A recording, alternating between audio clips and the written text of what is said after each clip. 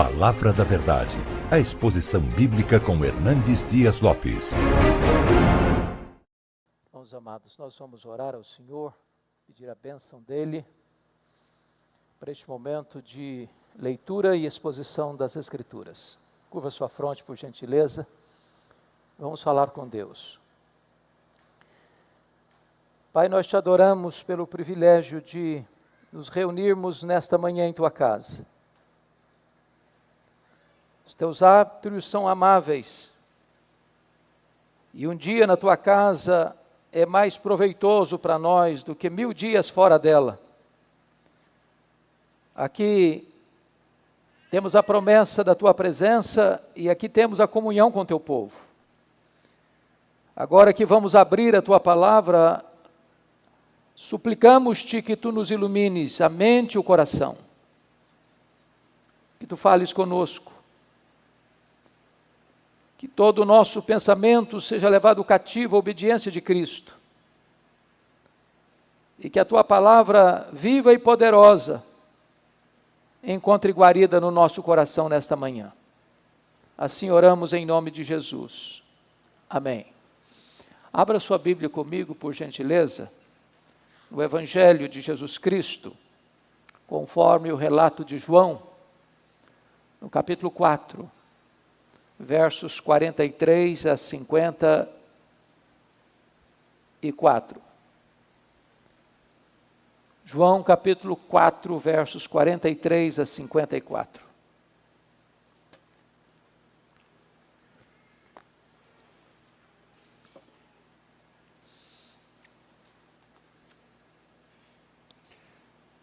Está escrito: passados 2 dias, partiu dali para a Galiléia, porque o mesmo Jesus testemunhou que um profeta não tem honras na sua própria terra. Assim, quando chegou a Galiléia, os galileus o receberam, porque viram todas as coisas que ele fizera em Jerusalém, por ocasião da festa, a qual eles também tinham comparecido. Dirigiu-se de novo a Caná da Galiléia, onde da água fizera vinho. Ora, havia um oficial do rei, cujo filho estava doente em Cafarnaum. Tendo ouvido dizer que Jesus viera da Judéia para a Galiléia, foi ter com ele e lhe rogou que lhe descesse para curar seu filho, que estava à morte. Então Jesus lhe disse: se porventura não virdes sinais e prodígios, de modo nenhum crerdes, de modo nenhum crereis. Rogou-lhe o oficial: Senhor, desce antes que meu filho morra. Vai, disse-lhe Jesus, teu filho vive. O homem creu na palavra de Jesus e partiu. Já ele descia quando os seus servos lhe vieram ao encontro, anunciando-lhe que o seu filho vivia. Então indagou deles a que hora o seu filho se sentira melhor. Informaram: ontem, à hora 7ª, a febre o deixou. Com isto, reconheceu o pai ser aquela precisamente a hora em que Jesus lhe dissera: teu filho vive, e creu ele e toda a sua casa. Foi este o segundo sinal que fez Jesus depois de vir da Judéia para a Galiléia. E eu queria pensar com vocês sobre o seguinte tema: Senhor, eu preciso de um milagre. O contexto desta passagem mostra para nós Jesus atravessando a província de Samaria, território hostil e perigoso. E diz a Escritura que, depois daquela extraordinária experiência de Jesus conversar com a mulher samaritana, seguindo passos bem distintos para ganhar o seu coração, sua atenção, aquela mulher creu em Jesus. E diz o verso 39, deste capítulo 4 de João, que muitos creram em Jesus por causa do testemunho da samaritana. Mas diz o verso 41, que muitos outros creram em Jesus, por causa das próprias palavras proferidas por Jesus. Após isso, depois de um resultado tão otimista em território meio gentílico, meio judaico, porque os samaritanos eram um povo híbrido, Jesus retorna para sua cidade de Nazaré, onde crescera, onde era carpinteiro por tantos anos.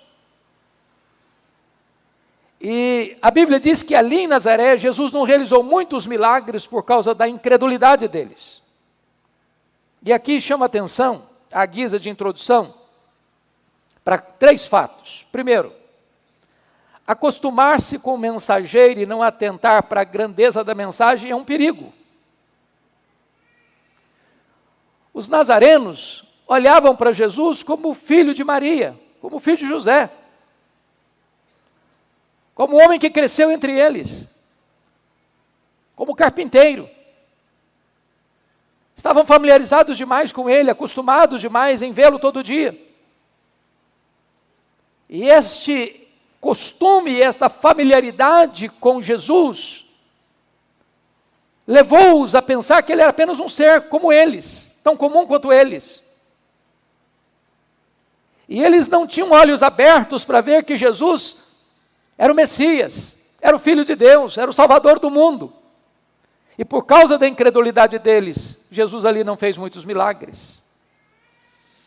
Irmãos amados, a familiaridade com o sagrado, o fato de você vir à igreja domingo após domingo, de você ler a sua Bíblia dia após dia, pode levar você a um perigo de familiarizar-se tanto com o sagrado, que de repente você faz isso mecanicamente.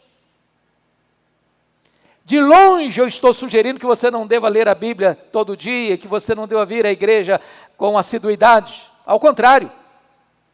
Mas cuidado para que você, ao estar diante do sagrado, não deixe que isso, meu amado irmão, tire de você a expectativa das ações soberanas de Deus na sua vida e na sua família. Segundo lugar, as pessoas querem ver milagres, sem compromisso com o Deus das maravilhas. Olha comigo o verso 45. Assim, quando chegou a Galileia, os galileus o receberam, porque viram todas as coisas que ele fizera em Jerusalém, por ocasião da festa, a qual eles também tinham parecido. Se você perceber o relato de João 3, está escrito, antes do capítulo de João 3, aquela experiência de Nicodemos, no capítulo 2, verso 22 a 25, o seguinte: estando Jesus em Jerusalém durante a festa da Páscoa, muitos, vendo os sinais que ele fazia, creram no seu nome. Mas o próprio Jesus não se confiava a eles, porque os conhecia todos. E não precisava de que alguém lhe desse testemunho a respeito do homem, porque ele mesmo sabia o que era a natureza humana. Em outras palavras, tem muita gente que procura Jesus, que vai ao encontro de Jesus, não porque está interessado em ouvi-lo e em recebê-lo como Salvador pessoal, mas é apenas em oferir vantagens imediatas, receber um milagre, ou ver um milagre. Nós cremos em milagre. Nós pregamos sobre milagres. Nós oramos por milagres. Mas o milagre não é o Evangelho. Não é um milagre que tem o poder de abrir o nosso coração para a fé salvadora. Muitos creram em Jesus ao ver os seus milagres, mas Jesus diz: essa fé é apenas uma fé temporal, é uma fé passageira, é uma fé apenas para as coisas do aqui e do agora. Não era uma fé salvadora.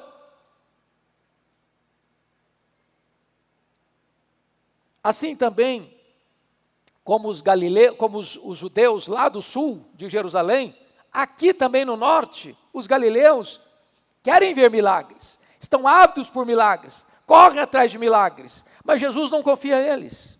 Isso não é a fé salvadora. Eu acho curioso, lá em Atos 2, acontece o derramamento do Espírito Santo, aquele foi um fato extraordinário, mas o fato em si não foi suficiente para abrir o entendimento do povo de Jerusalém. Ao contrário, ficaram com ceticismo. O que quer isso dizer? Houve até mesmo preconceito. São galileus. Houve zombaria, estão bêbados.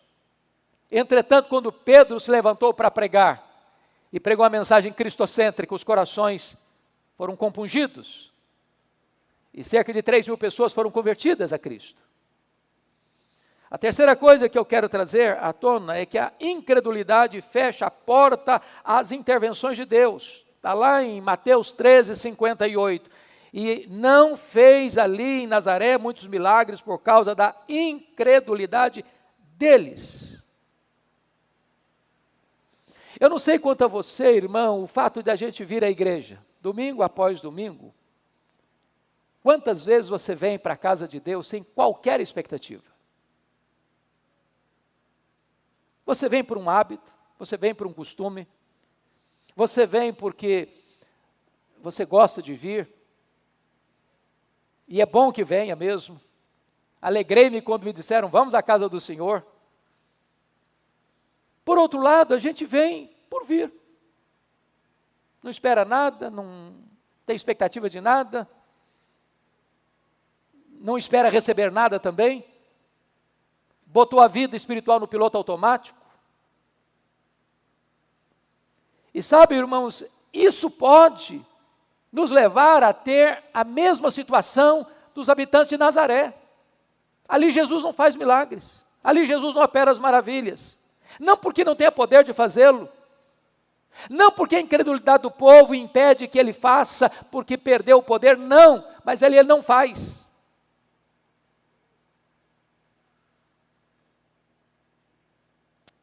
E é nessa conjuntura que então Jesus larga a cidade de Nazaré, desce mais um pouco para Caná da Galileia. Se você olhar no mapa de Israel, Nazaré está mais em cima, no norte. Aqui mais embaixo está Cafarnaum, à beira do mar da Galileia, que é mais baixo, a 220 metros abaixo do nível do mar. Então quem vem de Nazaré, rumo a Caná da Galileia, rumo a Cafarnaum, está descendo. Está descendo. Ele desce lá de Nazaré para Caná da Galileia. Foi onde ele fez o seu primeiro milagre. E é nessa conjuntura que sobe de Cafarnaum para Caná da Galileia, 30 quilômetros, um oficial do rei, obviamente, do rei Herodes Antipas, que era o tetrarca da Galileia. Ele tem um problema em casa, o seu filho está à beira da morte. E ele sobe para rogar a Jesus para descer com ele, para curar o seu filho. E aqui nós aprendemos algumas lições desse episódio. Primeira lição: a posição social não é segurança contra as tragédias da vida. Eu acho que essa pandemia, mais do que nunca, provou isso. Há determinadas enfermidades que as pessoas que têm mais posses, têm mais dinheiro, têm mais recursos, têm condições de buscar um tratamento mais adequado. Mas na pandemia aí, gente rica, muito rica, morreu, tanto quanto gente carente financeiramente. Sabe por quê? Porque posição social, dinheiro, cargo, hierarquia, posição elevada na sociedade, não blinda você. Não protege você. Semana passada, morreu o banqueiro mais rico do Brasil. Considerado um dos homens mais ricos do mundo, na área bancária era o mais rico do mundo. O senhor Safra. Morre o rico, morre o pobre. Morre o velho, morre o jovem. Posição social não protege, dinheiro não protege, prestígio não protege. E esse texto está nos mostrando isso. A posição que um homem ocupa no extrato social não é segurança contra as tragédias da vida. O dinheiro pode comprar para você um bom plano de saúde, mas não pode lhe dar saúde. Pode comprar uma casa bonita, mas não dá um lar. Pode conseguir para você bajuladores, mas não amigos verdadeiros. O dinheiro pode comprar para você privilégios na terra, mas não um lugar no céu. Esse homem certamente tinha esgotado todos os seus recursos, todos os seus expedientes, para tratar do filho, para buscar a saúde do filho. Mas tudo debalde, tudo inútil, nada funcionava. E é nessa conjuntura, então, que ele recorre a Jesus. Charles Haddon Spurgeon disse, e com razão, que sedas e cetins geralmente cobrem corações angustiados. Os que dormem nos palácios têm noites mais intranquilas do que os que dormem nos casebres. Quanto mais alta é uma árvore, mais ela suporta o rigor das tempestades. Este homem é oficial do rei, mas está aflito, desesperado. Seu filho está morrendo. Há cheiro de morte rondando a sua casa. Era um caso urgente. Nem dinheiro, nem amigos, nem posição social puderam lhe ajudar. Mas há uma segunda coisa que esse texto nos mostra. A idade não é segurança contra a enfermidade. Quem está doente aqui não é avô, não é o pai desse oficial, não é o avô desse oficial, nem é o mesmo oficial, é o filho dele. A doença chegou para alguém jovem, cheio de vigor, com o corpo talvez sarado, como diríamos hoje. Isso prova, irmãos, que o ser humano é vulnerável. É vulnerável. A força do jovem, a saúde do jovem não é uma garantia contra a doença. Talvez um dos fatos mais dramáticos da vida é um pai e uma mãe ver um filho tenro, ou jovem, ou cheio de vigor, caído numa cama, enfermo, à beira da morte. É o drama que você encontra de um Jó sepultando os filhos. É o drama de um Davi sepultando pelo menos 3 filhos.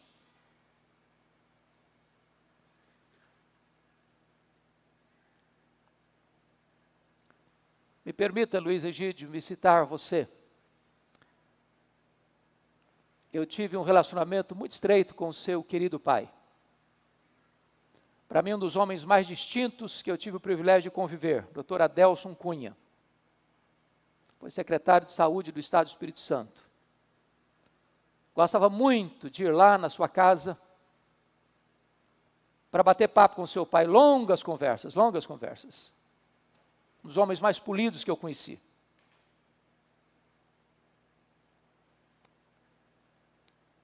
E um dia, seu irmão, filho caçula, adoeceu. Com tantos sonhos, com tantos projetos. Uma enfermidade grave, violenta e rápida. Seu irmão veio a óbito. E eu nunca me esqueci do que o seu pai me disse no funeral do seu irmão. Pastor, o que mais me dói é que meu filho furou a fila. Não é natural um pai sepultar um filho. Esse é o drama desse pai aqui. Seu filho está à morte. E nenhum pai tem um coração tranquilo, sereno, se o filho está à morte. A idade não é segurança contra a enfermidade. Mas em terceiro lugar, irmãos, nós aprendemos nesse texto sobre os benefícios que a aflição máxima pode trazer a nós. Porque até mesmo nas aflições mais agudas da vida, Deus continua no controle. E essas aflições podem nos colocar mais perto de Jesus. Esse homem, como oficial de Faraó, melhor dizendo, como oficial de Herodes Antipas, talvez vivendo nos redutos do palácio, nos corredores do palácio, em Cafarnaum, que era a sede do governo de Herodes Antipas, estivesse muito fora do âmbito do relacionamento com Jesus. Mas o sofrimento leva esse homem a Jesus. Quantas vezes o caminho de Deus de acesso ao nosso coração é a tempestade? Como disse o salmista, foi-me bom ter passado por sofrimento, para que eu aprendesse os teus decretos, para que eu aprendesse a tua lei. Olha comigo o verso 47. Tendo ouvido dizer que Jesus viera da Judéia para a Galiléia, foi ter com ele e lhe rogou que descesse para curar o seu filho, que estava à morte. O sofrimento o levou a Jesus. E a Escritura diz que Jesus fez 2 milagres em Caná. O primeiro deles, transformando água em vinho, a pedido de uma mulher, aliás, sua mãe. O segundo milagre, em Caná, a pedido de um pai. Um para trazer alegria no casamento, outro para evitar a dor do luto.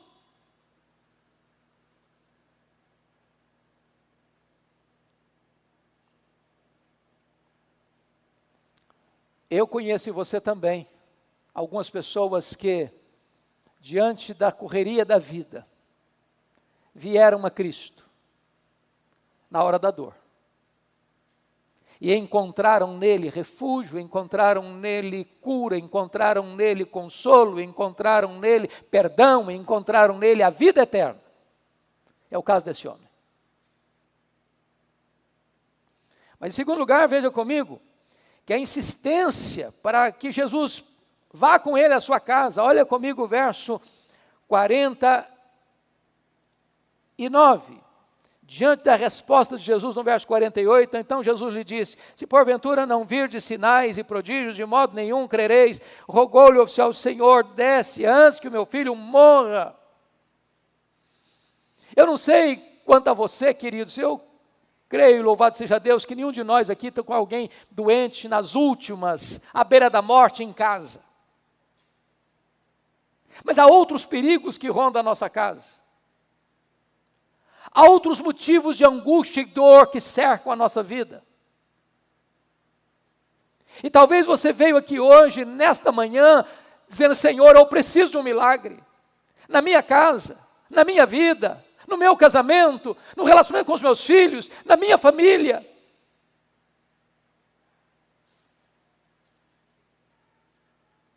E a palavra que eu quero deixar com você hoje é esta: não desanime. Se Jesus está tratando com você, se a resposta primeira de Jesus para você parece ser um balde de água fria no seu entusiasmo, se você não vir milagre, você não crê, e ele diz: Senhor, eu preciso, eu tenho urgência, meu filho está morrendo, desça antes que meu filho morra. Ele tem pressa. E eu estou seguro disso, irmãos, nós precisamos de Jesus na nossa casa. A maior necessidade nossa não é de coisas, não é de bens, nem mesmo de saúde. A maior necessidade nossa é de que Jesus vá conosco à nossa casa. Porque onde ele entra, leia os evangelhos e você vai ver que onde Jesus entrou, milagres aconteceram. Houve salvação, houve cura, houve perdão, houve restauração, houve recomeço, houve um novo horizonte dali para frente. Mas que passos esse homem deu para alcançar o milagre na sua família? Primeiramente, veja comigo a humildade dele. Olha aí verso 46, 47. Dirigiu-se de novo a Caná da Galileia, onde da água fizera vinho. Ora, havia um oficial do rei, cujo filho estava doente em Cafarnaum. Tendo ouvido dizer que Jesus viera da Judéia para a Galileia, foi ter com ele e lhe rogou que descesse para curar seu filho. Ele desceu do seu pedestal. ali ele não é um oficial do rei, ali ele é um pai aflito. Ao ir a Jesus, deixe seus títulos, deixe seus diplomas, deixe a sua conta bancária, deixe a posição que você ocupe, vá como um coração sedento, com humildade, para recorrer a Ele. Eu não sei se você já parou para perguntar por que, por exemplo, que Eliseu ordenou a Naamã mergulhar no Jordão 7 vezes. Por quê? É um ritual místico? Não. Naamã era leproso. Mas essa informação era retida do povo, da população. Porque se fosse dada a informação para o povo, ele não podia ser o comandante que era. Ele tinha que ir para um leprosário. Ele escondia a sua realidade. Mas para mergulhar no Jordão, não pode mergulhar com toda aquela tralha pesada, porque ele ia para o fundo do rio, morria afogado. Ele tinha que tirar a armadura. E tirar a armadura significa, eu sou leproso. Eu tenho uma doença. Eu preciso reconhecer, eu sou pecador. Eu sou carente da graça. Eu necessito de socorro. Ninguém se aproxima de Jesus com soberba, com altivez, com arrogância. É preciso descer do pedestal. A segunda coisa que esse homem demonstra, esse pai, é coragem. Porque o verso 46 nos informa que ele era oficial do rei. Que rei? Herodes Antipas. E a questão é que Herodes Antipas era um monstro. Ele era do mesmo estofo moral de seu pai Herodes o Grande. O homem que mandou matar João Batista. O homem que casara com a sua sobrinha e cunhada. E João Batista o confrontou, não é lícito. Você possui a mulher de seu irmão. O homem que queria matar Jesus, e Jesus diz, ele é uma raposa. Esse homem, mesmo sabendo que a relação do seu chefe com Jesus era estressada, ele tem coragem de romper protocolos, de correr riscos para ir a Jesus. Quantas pessoas, irmãos, que ficam cheias de melindres, de vir à igreja, de ter uma Bíblia, de ler uma Bíblia, de ouvir a mensagem de Deus, porque a família, tradição familiar, tradição religiosa, com medo de um, com medo de outro, e com isso ele deixa de ir ao encontro de Jesus. Esse homem teve coragem. Mas a terceira coisa que ele fez, não só humildade e coragem, mas persistência, porque o versículo 49 nos informa isso. Senhor, desce antes que meu filho morra. Tem hora que Jesus não segue a nossa agenda. Nós temos pressa e achamos que ele tem que seguir o nosso calendário. O calendário de Jesus é diferente. Ele faz no seu tempo, do seu modo. Ninguém pode pressioná-lo. Ninguém pode botá-lo contra a parede. Ele tem seu tempo certo de agir. Mas a ideia é, se ele parece que está demorando, é porque ele está trabalhando na gente. Então persevere. Persevere. Não desista. Não jogue a toalha. Prossiga. Ore mais, jejue mais, chore mais, clame mais. Humilhe-se mais. Perseverança. Foi a forma que Jesus lidou, por exemplo, com a mulher cananeia. Ela roga pela filha. Senhor, tem misericórdia de mim. A minha filha está horrivelmente endemoniada. E Jesus não responde. Os discípulos, Senhor, responde essa mulher. Trata logo do problema dessa mulher. Despede essa mulher. Eu não fui enviado, senão as ovelhas perdidas da casa de Israel.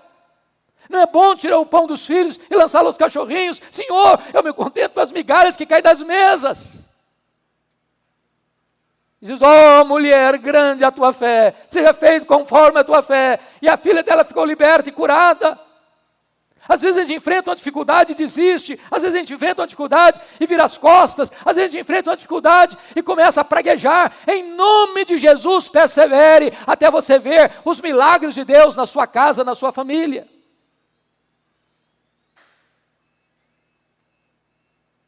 Mas em quarto lugar, esse homem exercita sua fé. Olha comigo o verso 50.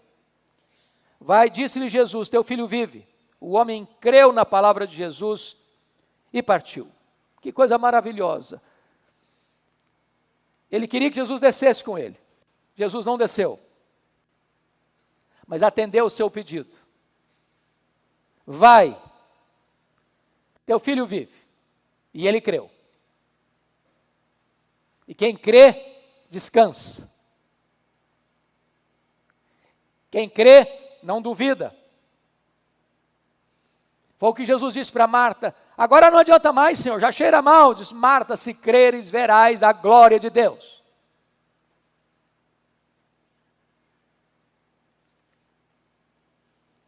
Irmãos amados, quarto lugar, nós aprendemos que a palavra de Cristo é tão boa e eficaz quanto a presença de Cristo. Alguém pergunta assim, mas pastor, eu acho que as pessoas que conviveram com Jesus foram muito mais privilegiadas do que nós, porque eles viram Jesus, eles tocaram em Jesus. Mas você e eu vivemos 2000 anos depois de Jesus. Mas a palavra dele, a promessa dele, é o mesmo que a presença dele para nós. Esse homem estava equivocado a respeito de Jesus. Ele vai lá apenas porque ele precisa de um milagre. Ele olhava Jesus apenas como um operador de milagres. E tem muita gente no cenário religioso brasileiro que vai a uma igreja só por causa de um milagre. Porque precisa de um milagre. Porque ouviu falar que ele faz milagres. E ele faz mesmo. Mas Jesus acentua que esse tipo de fé não é suficiente. Se vocês não virem milagre, vocês não crerão. E crerem em mim apenas porque eu realizo um milagre, não é uma fé suficiente, não é uma fé que leva para o céu, não é uma fé que salva. Mas esse homem começa com esse passo. E ele então comete 2 erros aqui. Primeiro, o erro que Jesus tinha que ir a Cafarnaum para salvar seu filho. Jesus prova que não precisa ir a Cafarnaum para salvar o filho dele. Jesus pode salvar à distância. Segundo, que se o seu filho morresse, isso seria tarde demais para Jesus. Olha o que ele diz no verso 49. Senhor, desce antes que o meu filho morra. Em outras palavras, se morrer não tem jeito. Então, se o senhor não for antes, a solução acabou. Jesus não desceu a Cafarnaum, mas apenas disse uma palavra: vai, o teu filho vive. Promessa de Jesus e realidade são a mesma coisa. Nenhuma das suas promessas cai por terra. Tudo o que ele promete, ele cumpre. Mas eu quero concluir, último ponto. Nós aprendemos que as aflições podem nos levar à maturidade espiritual. Primeiro, esse homem começou com a fé trôpega. Verso 48. Se porventura não virdes sinais e prodígios, de modo nenhum crereis. Isso é uma fé trôpega, gente que só vai a Jesus por causa de um milagre, de uma cura, de um alívio, a solução de um problema.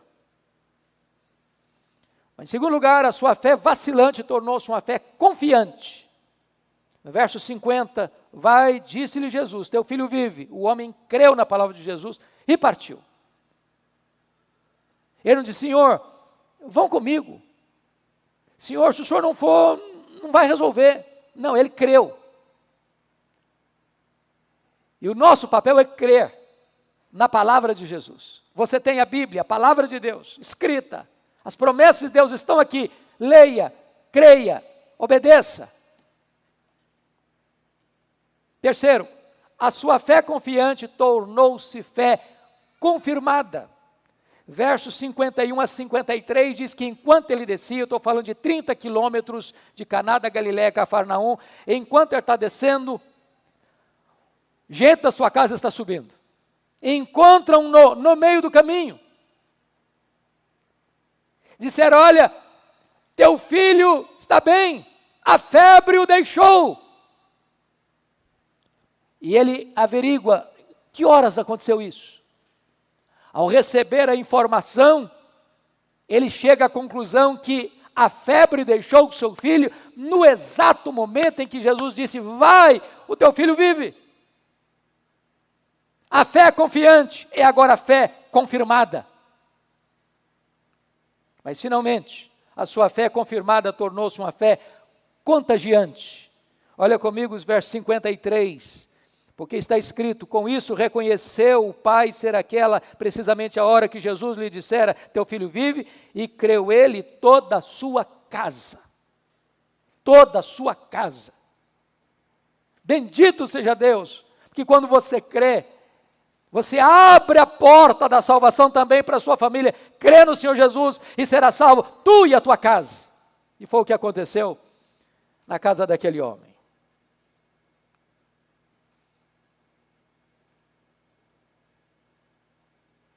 Eu quero concluir dizendo que Jesus entrou naquela casa, naquela família, pela porta da dor. E toda a família foi salva. Deus permitiu aquela enfermidade para que toda uma família fosse salva. Em outras palavras, Deus transformou tragédias em bênçãos. Problemas temporais em bênçãos eternas. Doença física em cura espiritual. Cheiro de morte em aroma de vida eterna. Primeiro milagre, Jesus atende uma mulher em Caná. Segundo milagre, ele atende um homem. No primeiro milagre, ele atende uma mãe, a sua mãe. No segundo milagre, ele atende um pai. Em ambos os milagres, trazendo alegria e vida para a família. Jesus ama a família. Ele prioriza a família. E eu quero encorajar você e as pessoas que nos acompanham, para nós colocarmos a nossa família aos pés do Senhor Jesus. Para nós orarmos pelos nossos filhos. Perigos rondam a nossa casa. Ameaças sutis ou declaradas rondam a nossa família. E nós precisamos buscar o Senhor em favor da nossa família. Ele é o mesmo. Tem o mesmo poder. E se você hoje colocar a sua casa, a sua vida, a sua família, os seus filhos nas mãos de Jesus, você pode voltar em paz para a sua casa. Porque Ele tem poder para curar o doente. Ele tem poder para salvar o perdido. Ele tem poder para restaurar a família. Senhor, eu preciso de um milagre. Curva sua fronte, por gentileza, e vamos orar.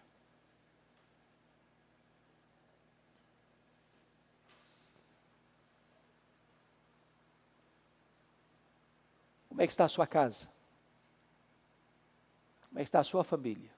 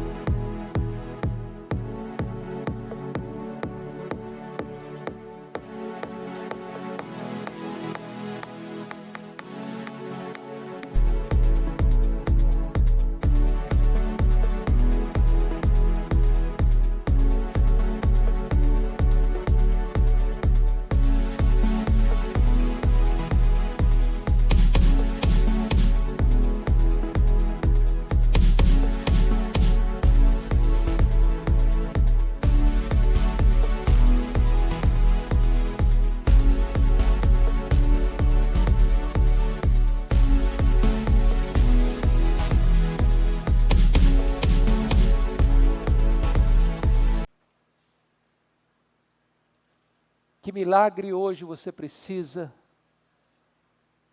dentro da sua casa? O que é que hoje aflige o seu coração? O que é que você já se esforçou e usou todos os recursos que você tem e o problema não está resolvido? Coloque este problema agora nas mãos de Jesus. Seja um problema de saúde, uma enfermidade atingindo a sua família, seja um problema de relacionamento, Seja alguém que ainda não se rendeu aos pés do Salvador dentro da sua casa. O que você precisa? Coloque este problema aos pés do Senhor Jesus. Creia na sua palavra. Aproprie-se das suas promessas. E volte em paz para a sua casa. Agradecemos-te, Deus, a tua palavra que é poderosa e viva. Tu conheces o nosso coração, tu conheces a nossa casa, tu conheces a nossa família. Tu conheces o recesso do nosso lar. Tu conheces o que o amigo mais próximo não sabe. Tu conheces aquilo que não foi compartilhado com o amigo mais próximo. Então, em nome de Jesus, ó Deus, volta o teu rosto para nós nesta manhã. Porque nós também precisamos de um milagre. Da tua intervenção, da manifestação do teu poder, da tua cura e da tua salvação. Palavra da Verdade, a exposição bíblica com Hernandes Dias Lopes. The world was golden, pure and bright. In your eyes, I found my light. Every laugh we shared so sweet. In my dreams, our hearts still meet. Autumn memories in the air. With every breath I feel you there. The colors of our love so true. In every shade I see you. Autumn memories, a timeless blend. In the season where our hearts ascend. As the days grow short and nights grow long, in my heart you are the song. A melody that never fades away. In the autumn our love will stay.